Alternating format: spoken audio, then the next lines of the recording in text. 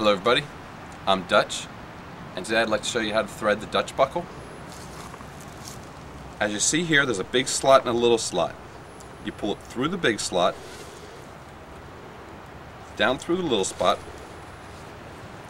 You can slide it to wherever you want it. You pull it back around and go back through the big slot again.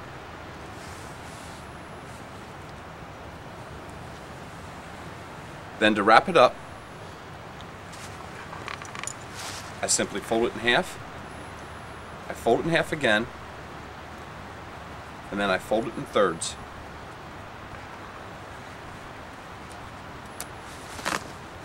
Get a little elastic cord, holds everything in place. This is what I like to call the Dutch bow tie. Thank you.